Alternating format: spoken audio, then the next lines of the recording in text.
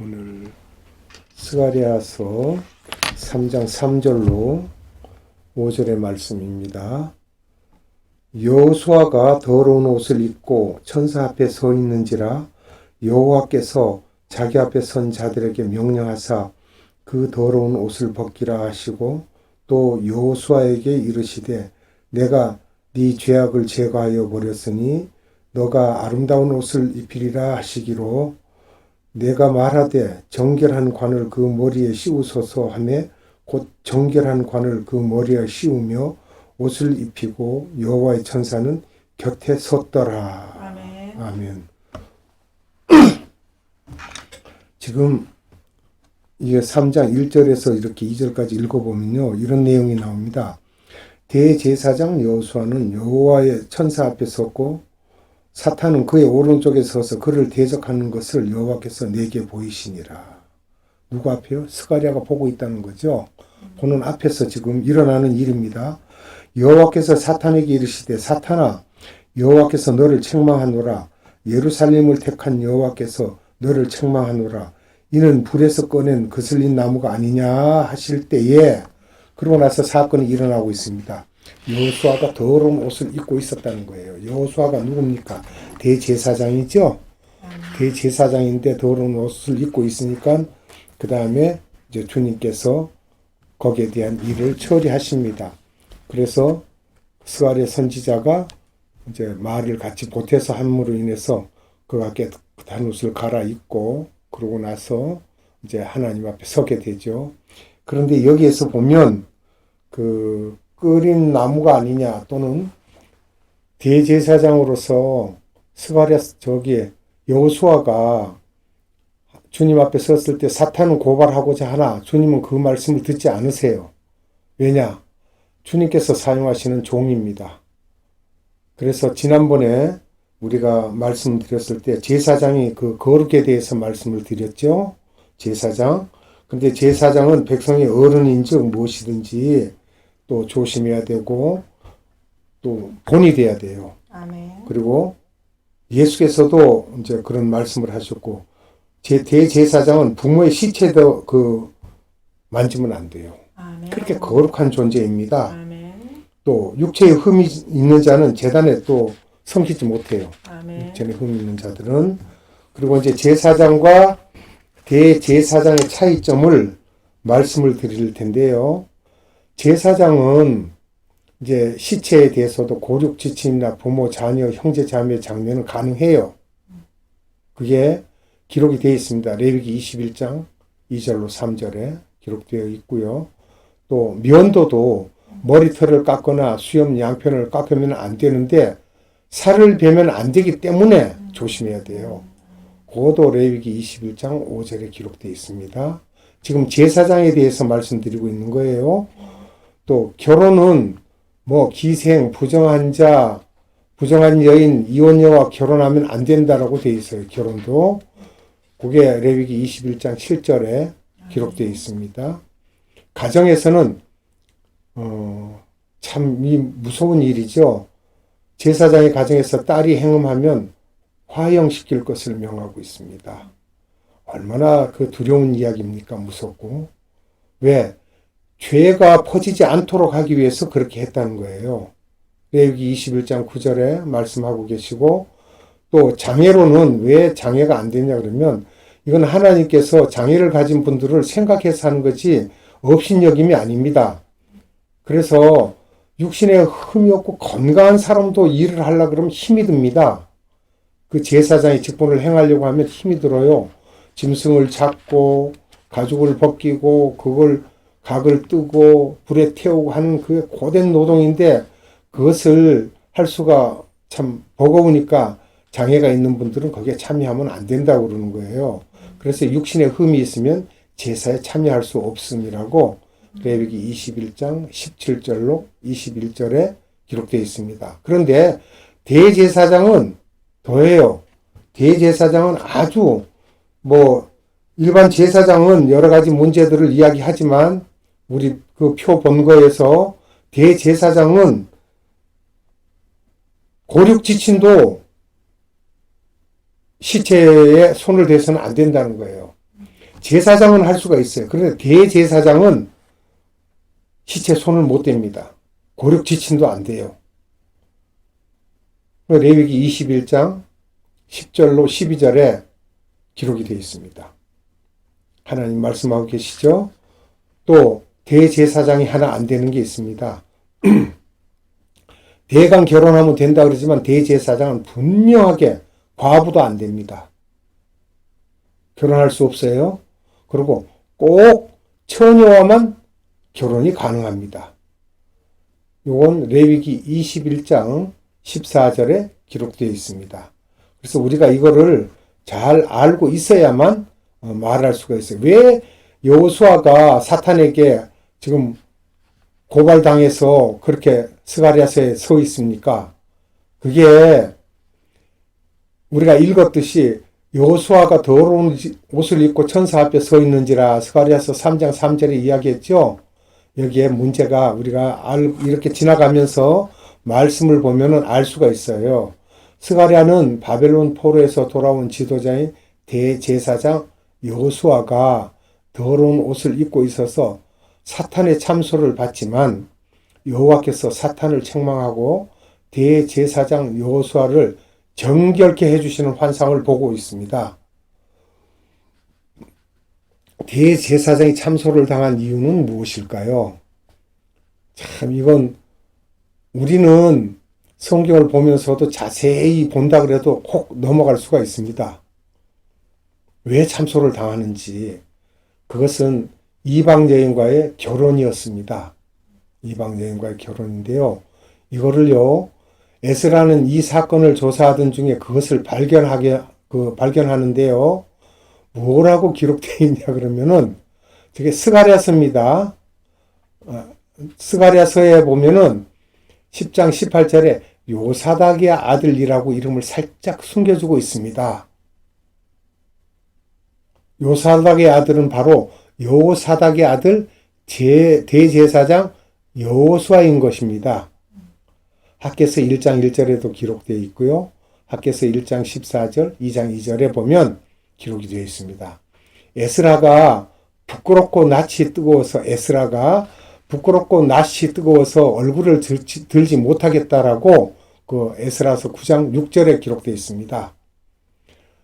그리고 우리가 통일한 죄악이 대제사장을 비롯한 방백들, 고관들이 이방 여인과 결혼한 그것 때문에 지금 이 지경이 벌어진 거예요. 이방 여인과 결혼할 수가 없게 돼 있는데 결혼을 했기 때문에 사탄에게 지금 고발을 당한 거죠. 이걸 우리가 봐서라도 알듯이 이 세상에서 우리가 마구잡이 막 살다가 주님 앞에 가면 분명히 문책을 당할 것입니다. 그런데 그거를 모르고 이 세상에 지금 세상이 그렇게 되어가니까 아무렇게나 살지. 천만의 말씀입니다. 그럴 수는 없어요. 그러니까 우리가 이런 것을 보고라도 옛날 제사장들이 왜 그렇게 하나님 앞에 함부로 설 수가 없고 또 서면은 사탄이 고발한다는 것을 우리가 알고 넘어가야 됩니다. 그렇지 않으면 우리가 화를 당할 거예요. 자, 그 다음에는 성물의 거룩한 것에 대해서 말씀하도록 하겠습니다. 성물의 거룩한 것을 말씀드리는데요. 레위기 22장에서는 재물을 거룩하게 다루고 거룩하게 먹는 것에 대해서 말씀하십니다. 몸을 우리가 평소에도 물론 정결하게 해야 되지만 몸을 물로 씻지 아니하면 성물을 먹지 못할지며라고 말씀하셨어요. 그러니까 몸도 정갈하게 씻어야 됩니다. 레위기 22장 6절에 제사장일지라도 역시 똑같이 몸을 물로 씻어야 됩니다. 레위기 11장에서 15장에 제시된 부정한 상태에 있는 사람은 성물을 먹을 수 없습니다. 시체를 만졌다거나 여러 가지 일들이 있는데 부지중 성물을 먹으면 죄입니다. 죄인데 그거를 해결할 길이 있습니다. 부지중에 성물을 먹으면 부지중 성물을 먹는다는 것은 그것이 제사장만 먹을 수 있는 성물이라는 것을 알지 못하고 먹었다는 말입니다. 일반인이. 그렇지만 알지 못하고 지은 죄도 하나님 앞에는 죄입니다. 그래서 그 죄를 어떻게 처리할 것인가? 레위기 5장 17절로 18절에 말씀을 하셨어요. 만일 누구든지 여호와의 계명 중 하나를 부지 중에 범하여도 허물이라 벌을 당할 것이니 그는 내가 지정한 가치대로 양떼 중 흠없는 숫양을 속건제물로 제사장에게로 가져갈 것이요 제사장은 그가 부지 중에 범죄한 허물을 위하여 속죄한 즉 그가 사함을 받으리라고 말씀하십니다. 만일 고의적으로 범죄한다면 훨씬 악한 자이므로 준엄한 처형을 당하게 될 것입니다. 그래서 우리가 이것을 조심해야 됩니다. 그 성물에 5분의 1을 더하여라는 말씀은 부지 중 성물을 먹은 것은 거룩을 침범한 죄를 범한 것입니다. 그래서 거룩을 침범한 죄를 범하면 속건제를 드려야 하는데 그게 원래 속건제 5분의 1을 더 드려서 그러니까 20%를 더하여서 제사장에 드리면 제사장이 속건제를 드림으로 죄가 사하여진다는 거죠. 레위기 5장 16절에 기록된 말씀입니다. 또 흠 있는 것을 드리지 말라 그랬어요. 흠 있는 것을 드리지 말 것이라고 레위기 22장 20절에 말씀하셨는데 이건 뭐냐? 흠 있는 제물은 거룩하게 하신 하나님께 드릴 수 없습니다. 만약에 흠 있는 것을 잡아가지고 총독에게 갖다 줘봐라 뭐라 그러나 오죽하면 그런 말씀이 말라기에 기록되어 있어요. 레위기 전반부에서 제사 제도를 계시할 때 모든 제물은 흠 없는 것으로 드리라고 하셨기 때문에 그래서 말라기 선지자가 이렇게 이야기합니다. 말라기서 1장 8절에 만군의 여호와가 이르노라 너희가 눈먼 희생 제물을 바치는 것이 어찌 악하지 아니하며 저는 것 병든 것을 드리는 것이 어찌 악하지 아니하냐. 이제 그것을 너희 총독에게 드려보라. 그가 너를 기뻐하겠으면 너를 받아주겠느냐? 정말이죠. 뭐 잘못된 거, 상한 거, 병든 거 이런 것을 잡아가지고 대통령한테 이거 먹어봐 그러고 준다면 그 대통령이 뭐라 할 것 같아요? 여러분 감옥 갑니다. 감옥. 실제로요. 감옥 갑니다.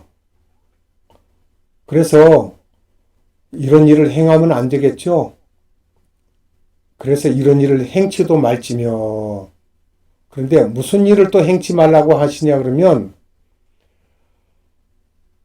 요즘 세상에는 이런 짓을 합니다. 거세하는 일이라고 알고 계세요? 거세하는 일이 뭐냐 그러면 돼지나 소를 거세를 해요. 고환을 해치운다는 거예요. 왜? 고기를 많이 얻기 위해서 돼지나 개를 거세하는 일이 있는데 그것은 하나님의 창조 법칙을 대적하는 악한 일이에요. 그래서 그런 일은 행해서는 안 된다 그 말입니다. 또 중요하게 지시하시는 말씀이 있습니다. 레위기 22장 27절에 하나님께서는 만물을 지으셨고 짐승도 지으셨습니다. 그래서 비록 말 못하는 짐승이라도 창조의 질서 안에서 살아가도록 하십니다. 그래서 소, 양, 염소라도 7일 동안은 어미와 함께 있게 함으로써 초유를 먹고 자라게 하시고 어미도 그를 통해 생육하고 번성하라는 그 땅에 충만하라는 명령을 이루게 되는 것입니다. 그래서 그 어미와 같이 있게 하라라고 레위기 22장 27절에 말씀을 하고 계십니다. 근데 우리는 고기를 많이 얻고자 해서 생육하고 번성하는 일을 못하게 그냥 거세를 합니다. 그래서는 안 됩니다. 신명기에서는 더 보편화시켜서 생태계가 보존되도록 명령하십니다. 볼게요. 신명기 22장 6절에서 7절 말씀입니다. 길을 가다가 나무에나 땅에 있는 새의 보금자리에 새의 새끼나 알이 있고 어미새가 그의 새끼나 알을 품은 것을 보거든 그 어미새와 새끼를 아울러 취하지 말고 어미는 반드시 놓아줄 것이요 새끼는 취하여도 되나니 그리하면 내가 복을 누리고 장수하리라. 이게 무슨 말씀입니까? 새와 그 알까지 취하면 멸절하는 거죠. 끊어버리는 겁니다. 하나님은 그렇게 하지 말라는 거예요. 죄 없는 것을 끊지 말라는 것입니다. 우리가 세상 일을 하더라도 죄 없는 사람을 모함을 해가지고 그를 멸절시킨다면 그는 벌을 받게 되어 있습니다. 지금 우리나라의 사정이 참으로 묘하게 되어가는데 아무것도 힘이 없고 권력이 없는 사람은요, 거의 멸절시키자 하려고 사람들을 핍박하는 가운데 있습니다. 그러지 말아야 됩니다. 그래서는 안 돼요. 하나님의 순리에 어긋납니다. 그 하나님의 섭리에 우리가 순응하고 살아야 복을 받습니다. 그렇지 않고 사람을 능멸하고 멸절하고자 하는 자들이 그 최후가 어떻게 되는지 아마 머지않는 날에 볼 수 있을 것 같습니다. 주여. 다음은 헌신은 자신의 삶의 현장에서 직접 우리가 살면서 체험하고 이루어 나가야 될 일들이죠. 신자가 하나님의 은혜를 입어 거듭나고 변화를 받아서 성장해 나가는 과정에서 겪는 여러 가지 사건들이 있습니다. 그중 절정은 헌신하게 되는 것입니다. 그 과정 중에서도 가장 절정에 이르는 것은 헌신하게 되는 것인데, 그런데 레위기 16장에는 헌신의 실제적인 면을 보여주는 놀라운 말씀이 담겨 있습니다. 대제사장이 1년에 한 번 백성들을 위해 속죄할 때 입는 의복은 아름다운 대제사장의 옷이 아니라 세마포 속옷, 세마포 고의, 세마포 띠, 세마포 관입니다. 레위기 16장 3절에 기록되어 있습니다. 즉 흰옷을 입고 속죄제를 드립니다. 그래서 하얀 옷 위에 자신과 권속을 위해 드린 송아지의 피가 튀고 또다시 백성을 위해 드린 염소의 피가 튀어서 하나님 앞에 새롭게 되는 속죄의 은총을 받게 됩니다. 즉 피로서 카바하는 겁니다. 피로서 아주 흠뻑 동맥이 끊어지면 피가 튀고 그 피가 쫙쫙 뻗을 때 그 피가 뒤집어 써지는 거예요. 아예 그냥 공백이 없이. 그리고 나서 번제를 드리게 되는데, 번제는 헌신을 의미합니다. 즉 속죄를 받는 백성은 이제 하나님을 위해 살아야 함을 보여주는 거예요. 번제 드릴 때 여러분 그냥 드리는 게 아니에요. 번제 드릴 때 그 잡은 고기를 각을 뜹니다. 아주 얇게 각을 떠서 번제단에 태웁니다. 그 각을 뜬다는 게 뭐예요? 우리를 그렇게 각을 떠야 돼요. 우리 마음을 고기에 각을 뜨듯이 자르고 각을 떠서 우리 죄를 태우듯이 그렇게 해야만 된다는 거예요. 그냥 우리가 죄 지었습니다. 용서해 주십시오. 물론 용서해 달라는 말씀도 기도를 하지만은, 그러나 우리 마음을 각을 떠야 되고 찢어야 된다는 거예요. 마음이 변하지 않는 사람이 어떻게 그게 하나님께 회개했다 할 수 있고 하나님의 자기를 바르게 드린다고 할 수 있겠습니까? 그래서 예배당에서 헌신 예배를 드렸다면 그 헌신은 가정과 직장에서 실천되어야 하는 것입니다. 나의 헌신이 예배당용인지 삶의 현장용인지 생각해 봅니다. 나는 지금 현장에서 세상을 살면서 나를 바르게 드리는지, 아니면 내 가정에서라도 바르게 드리는지, 아니면 교회에서라도 내 삶이 하나님께 바르게 드려지는 삶인지를 우리는 늘 생각하고 잘못되었을 때 하나님께 기도해야 될 것입니다. 아멘. 다음은 절기와 회복에 대해서 말씀드립니다. 역대하 30장 25절로 26절의 말씀입니다. 히스기야 때 그 6월절에 있었던 일입니다. 유다 온 회중과 제사장들과 레위 사람들과 이스라엘에서 온 모든 회중과 이스라엘 땅에서 나온 나그네들과 유다에 사는 나그네들이 다 즐거워하였으므로 예루살렘에 큰 기쁨이 있었으니 이스라엘 왕 다윗의 아들 솔로몬 때로부터 이러한 기쁨이 예루살렘에 없었더라. 이제 절기가 회복돼서 절기를 지키면서 이런 일들이 있었다라는 걸 말씀하고 있습니다. 그래서 중요한 날들에 대한 규례가 있습니다. 그게 레위기 23장에 기록되어 있습니다.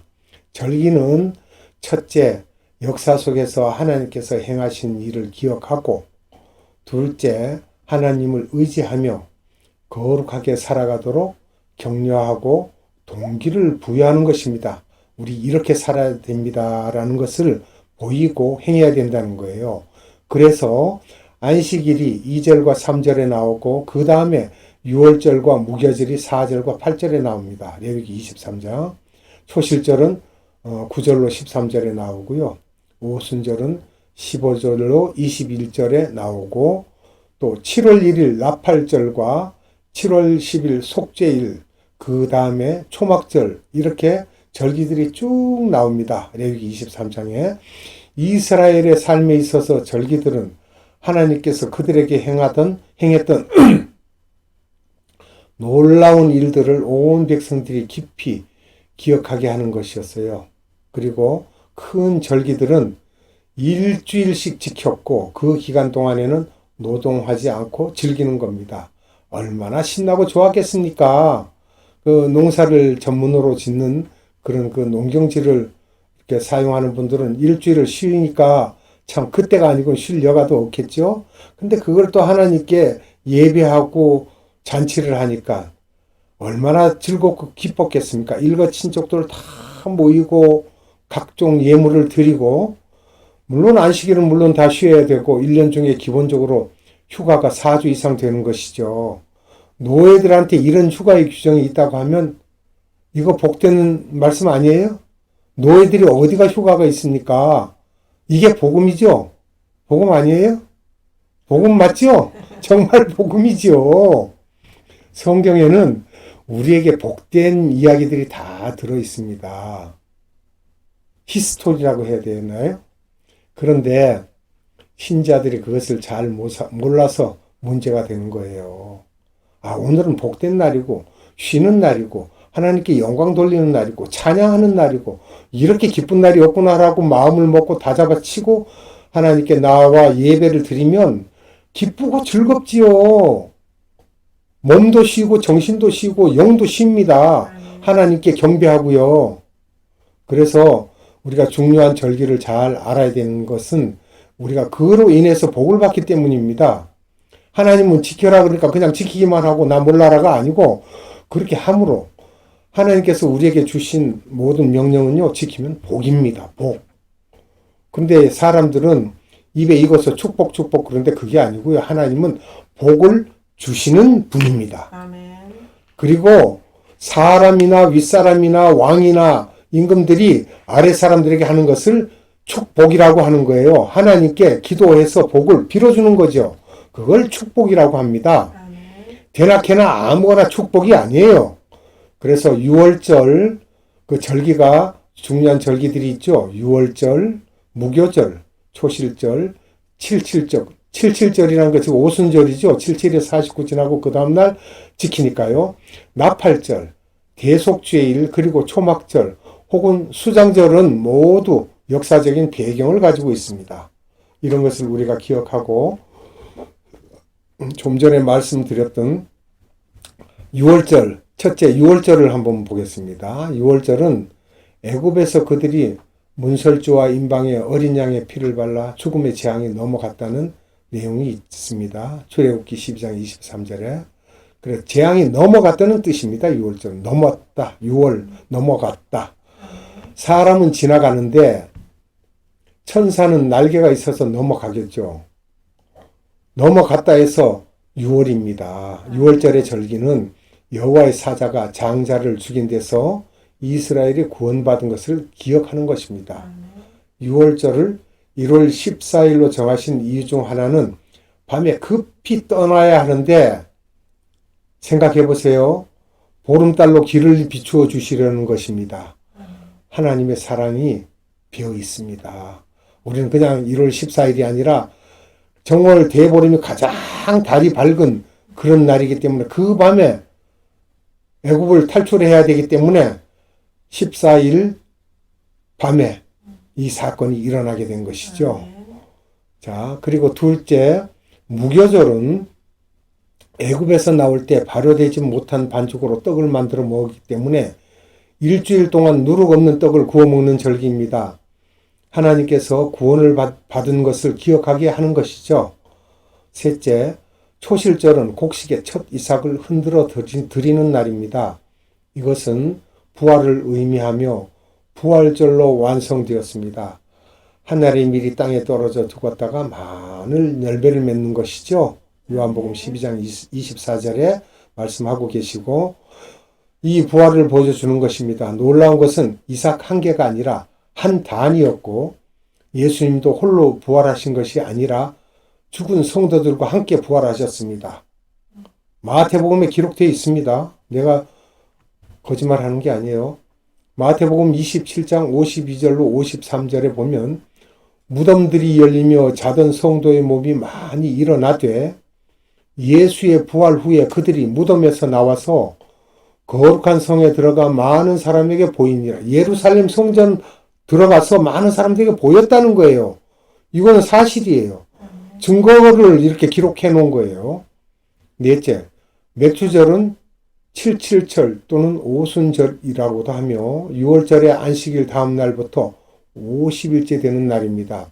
이때에는 새 소재를 드리는데 고운 가루에 누룩을 넣어서 커다란 떡을 구워 드립니다. 레위기 23장 17절에 기록되어 있습니다. 어린 양 7과 수소 1마리, 수양 2마리를 번제로 드리고 수염소를 속죄제로, 어린 수양 2를 화목제로 드립니다. 번거로운 것 같아도 자세히 읽으면 다 알 수 있어요. 어린 양 7, 수소 1마리, 수양 2마리를 번제로 드리고 그 다음에 수염소를 속죄제로, 어린 수양 2를 화목제로 드립니다. 이렇게 기록되어 있기 때문에 우리가 실수하고자 해도 하나님께서 말씀하셨기 때문에 그대로 하면 됩니다.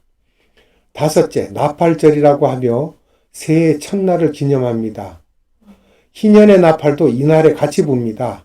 레위기 23장 23절로 25절에 나팔절, 새해 첫날을 기념하는 내용들이 있습니다. 기념하는 내용이. 여섯째는 속죄일 혹은 대속죄일입니다. 레위기 16장은 바로 이날 대제사장이 지성소에 들어가서 속죄하는 규례를 말씀하고 있습니다. 일곱째, 초막절은 7월 15일부터 21일까지 일주일간 지킵니다. 여러분, 일주일간 잔치한다면 얼마나 좋겠습니까? 아마 요즘 이렇게 힘든 노동 일을 하시는 분들이 일주일 휴가를 준다 그러면 기가 막힐 겁니다. 아마 상상도 못할 거예요. 레위기 23장 33절로 36절에 기록되어 있어요. 광야에서 초막이죠. 물론 이제 그 푸른 풀이나 나뭇가지나 이런 거로도 하지만 천막이죠. 천막에서 지냈던 것을 기억하면서, 예전에 광야에서 천막에서 지냈던 것을 기억하면서 가나안 땅에서 정착하고 안식하게 된 것을 누리는 기쁨을 기억하게 하는 절기입니다. 이게 레위기 23장 39절로 43절에 나오는 하나님의 말씀입니다. 또 레위기 23장 41절로 43절의 말씀을 보도록 하겠습니다. 너희는 매년 1해 동안 여호와께 이 절기를 지킬지니 너희 대대의 영원한 규례라. 너희는 7째 달에 이를 지킬지니라. 너희는 1해 동안 초막에 거주하되 이스라엘에서 난 자는 다 초막에 거주할지니 이는 내가 이스라엘 자손을 애굽 땅에서 인도하여 내던 때에 초막에 거주하게 한 줄을 너희 대대로 알게 함이니라. 나는 너희의 하나님 여호와이니라. 아멘. 예, 하나님께서 출애굽한 다음에 광야에서 살 때 하나님께서 그들을 보호하시면서 그 초막에서 천막에서 살았던 때를 잊지 않고 기억할 수 있도록 그렇게 말씀하고 있는 거지요. 그래서 8번째는 거룩한 대회는 7월 28일에 모든 추수를 마치고 하나님께 감사하는 모입니다. 8번째. 그 다음에는 절기에 나타나는 예수 그리스도의 생애에 대해서 잠시 말씀드리고 다음 주에 연결해서 말씀드리려고 합니다. 놀라운 것은 이스라엘의 역사를 통한 이 경험들을 절기로 지키도록 하신 것인데 이것이 예수 그리스도의 생애에 구현된다는 것입니다. 그러니까 이스라엘의 역사에 나타난 것은 단순한 한 민족의 역사적 사건으로 끝나는 것이 아니라 이스라엘을 하나님이 선택함으로써 모든 인류를 구원하는 하나의 예표를 만든 것입니다. 이스라엘의 역사에서 일어난 모든 일들이 예수 그리스도를 나타낸다는 것을 여러분 기억하시기 바랍니다. 예수 그리스도는 안식일의 주인입니다. 그 말은 그리스도 안에 안식이 있다는 것입니다. 여기까지 말씀을 마치도록 하고 기도하겠습니다. 사랑의 하나님 감사합니다. 오늘도 하나님께서 우리를 사랑하사 살아계신 생명의 말씀을 주시고 우리가 어떻게 거룩하게 살아야 하는지를 말씀하고 계십니다. 아버지, 우리는 세상에 살면서 그리 살지 못하였습니다. 고백하거니와 우리는 죄인입니다. 하나님, 모든 것을 사하시고 용서하시고 새로운 마음으로 새롭게 또한 한 주간을 살아갈 수 있는 힘을 주시옵소서. 이 예배를 하나님께 감사와 찬양으로 돌리옵고 우리 구주 예수 그리스도 이름으로 기도하옵나이다. 아멘. 지금은 우리 구주 예수 그리스도의 한량없는 은혜와 하나님의 극진하신 사랑하심과